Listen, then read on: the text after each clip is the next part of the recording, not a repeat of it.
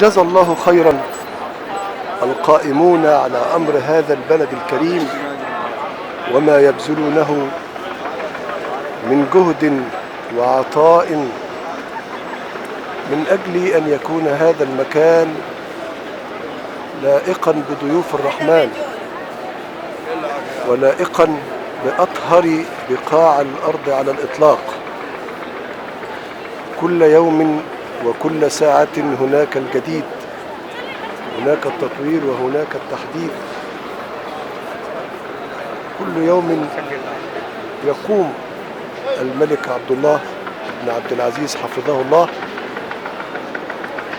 ورجاله المخلصون بتقديم كل ما يستطيعون تأكيدا لكون عظمته خادما للحرمين الشريفين، الحرم المكي بمكة والحرم النبوي بالمدينة المنورة.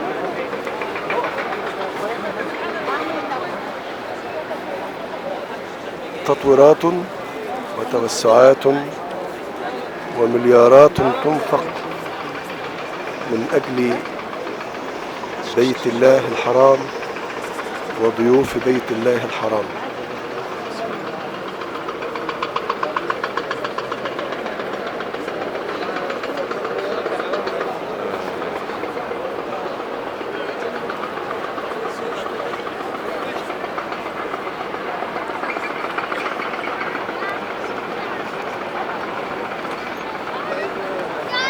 يا سبحان الله، يا سبحان الله.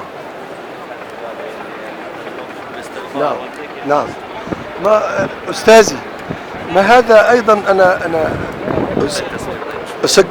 أسجل تلك اللحظات الربانية الرائعة لكي أتذكرها وأضعها على جهاز الكمبيوتر وأتذكرها كل لحظة، وأولادي وأسرتي وأهلي.